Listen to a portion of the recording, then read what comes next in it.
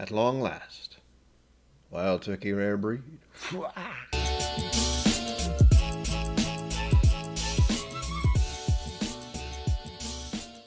Social media, like and subscribe. Tweet. Welcome to KIllco Whiskey Musings. Brian, let's get into the whiskey, shall we? This is not a first taste video. I've had this bottle. I love it. I had it a long time ago. I haven't been able to find it in my area. And guess what? I found it in my area. Finally! One of the bonuses of having whiskey stuff behind me is that I don't look at it. And I've wanted to open this ever since I got it. I got it over 2 weeks ago, I think. I just want to point out, part of the reason I like this stuff is because this bottle looks amazing. Don't know why. I just like it. That's how the cork pop is. Oh yes, look. Look at the little tippy tip. Oh, it's beautiful. Cling clang. Sorry. Oh, drippy drip. Oh, stoppy stop. Oh boy. Didn't get away, I promise. Now we have the color. This is that perfect little amber hue I like. And on the chart, I'd say about mahogany or burnt umber. Umber is a weird word. You may note my glass says drink more bourbon. This is a glass from It's Bourbon Night's channel, and I basically blame them for getting me into wild turkey to begin with. So this is all your fault. Begin nosing technique. Not quite what I was expecting. Kind of light, actually. One thing I'm terrified about is that I might not like it anymore. I don't think it's going to happen, but we'll find out momentarily. Funny enough, when I opened the bottle and got a little in my hands, it reminded me of apples. I believe I'm getting brown sugar. I'm kind of surprised at how light this seems to me. Maybe it's because I've been drinking a lot of high proof stuff these days. Although this is a high proof, which reminds me. The glorious 58.4%. Look at it, it's beautiful. That's why I'm surprised I'm not getting hit by all this alcohol-y smell. We are going over most of the basic bourbon notes. But hey, this is a basic bourbon and it's delicious. Well, it's not basic, but it's definitely bourbon. Fig just went through my head. That was odd. Light citrus? Orange zest, if you will. I just thought of almond, and I don't remember the last time I had an almond. I'm trying to just say what's coming to mind. I have a really bad habit of just clumping down and overanalyzing things, trying to do that less. We'll see if it turns out well. I could just start saying the most random stuff at this point. But I'm okay with that. Randomness is fun. So raisins. Oatmeal raisin cookies? Okay. It seems like some kind of chocolate thing, but I can't place it. Or is it chocolate mint? I should point out I am hungry. Right, I feel like this is something I could analyze for a while. Don't want to do that. It is late, and I have been putting off doing the video today and getting distracted, because that's what I do best.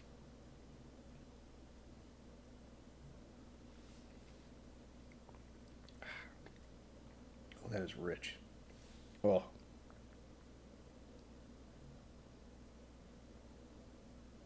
There it is. A little bit of burn going down. I would have no idea this proof is so high. No idea. Doesn't taste like it at all. I almost felt like I was drinking something a little syrupy almost. It's been a few seconds. I'm getting a little dry palate thing. Again, first sip. I don't think about it too much. I think about it way too much. But it was delish. A little water. This is why I need the water. A little water to prepare myself for the holding on the tongue part, which is both wonderful and slightly painful.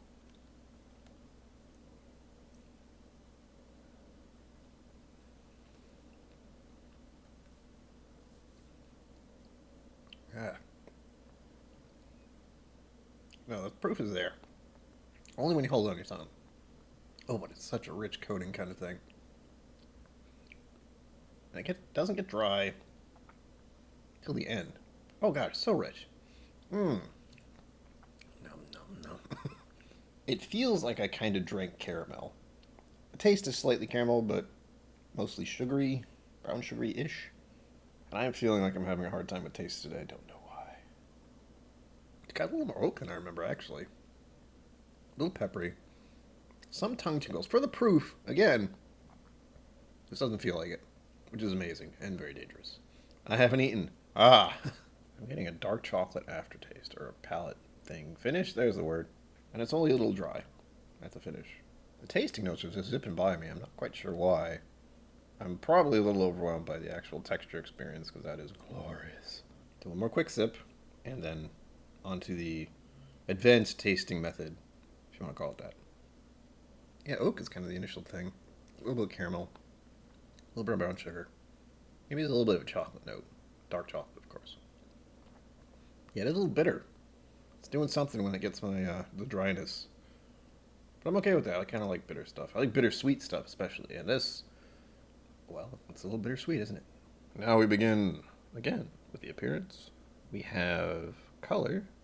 This is definitely amber. I said amber at the start. I'm sticking with it. But I could be convinced to do deep copper. Clarity. It is clear. Well, as near as I can tell, it's clear. Oh, it'd be glorious if there was a little bit of sediment in this. Oh, yeah. Saying that, there's no sediment that I can see. I don't see any. Legs? Let us check. Oh, yes, that is rich and slow with the legs. This is a high alcohol percentage, no doubt. No doubt in my mind now. Now to the nosing method. Intensity. Delicate, oddly enough. I do not find the nose on this really aggressive. You would think I would get a little more out of this considering the high proof, but sounds like a flower. Ooh, age. Age on the nose. I'm never going to get this right. I'm going to say moderate. I could almost say mature, and I'm not. It's just because I think of the texture of it. Feels like it's been in a barrel a while, but someone here should have done a little more research about rare breed. Barrel, well, new oak, it's bourbon. Grain, oh, son of a. Problem with grain is, well, I'm supposed to try and smell the grain. But knowing it's a bourbon, it's probably a lot of corn in here.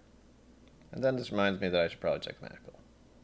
For this one, the mash bill of the rare breed is 75% corn, 13% rye, and 12% barley. Special side note, barrel char is number 4. Smoke. I'm looking for it, but I'm not getting anything, funny enough. As I did just mention the char, you'd think there's a possibility of getting something out of it, but no. Spice. Oh yes, cinnamon. Did I get black pepper? I kind of want to say leather. There's kind of a mint thing, but it has numerous options here, like anise, mint, and eucalyptus. Those all kind of combine in my head to be one similar thing. I should point out, just before I was going to go to the next one, the little star anise things flashed in my head. Sweet. Caramel's on there, yeah. I didn't mention fig and raisin. I didn't say vanilla, funny enough. My thought is any vanilla may be slightly overpowered by that sort of mint thing. I mentioned chocolate. I think it's a dark chocolate, but I'm not quite getting that. Corn syrup, it's almost the texture of corn syrup. Almost. Floral. Weirdly enough, I want to say rose and pine. Usually I just default to honeysuckle, but this time those are the two that stuck out to me while I'm reading them and nosing whiskey. Wine, no. This is not finished in any way, and as I said, and I will say many times in the future, I don't know much about wine. Fruit. I did say it was an orange zest.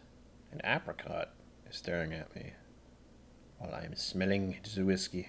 And I did have that initial apple thing, which that was just when I opened the bottle, so I haven't smelled it when I've been doing this. But that was a funny moment. It's like, apples, where did that come from?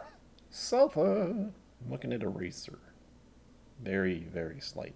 Also, now I'm having flashbacks of being in high school. Great. Peat? No. This is a bourbon. I'm not getting any peated things in here. Earth, one of my favorites, because it just confuses me every time I get to it. I'll go with a little herbal. Wood. Yeah. And dried leaves. It's funny how a lot of bourbons remind me of autumn. It's just the color, reminding me of the falling leaves kind of thing. Now we move on to the palate. Flavor. It is kind of a bittersweet thing. I don't remember it being that way. That's the initial experience I'm getting here. Proof. High. Actually, I better say 4. I want to say anything above 60 is high to me. This is almost there, so 4.75. Sure. Someday I'll get used to these. We are on the 2 that confuse me the most, body and texture. I initially wanted to say the body is full, which it is. It's just wonderful. And of course, when I was drinking it, I said it is rich. Balance. Does any element dominate? Well, I better just... I would say this is fairly balanced, actually. I'm going to do the hand thing again. So the progression is kind of like this. And that flattens out at the end. You can't see that. Then it flattens out at the end. And the finish, I would say, is 4. Longer than I'm used to, but it isn't something where I'm talking like this and, 3 minutes later it's still there. So it's a long finish. Complexity, I would like to say 4.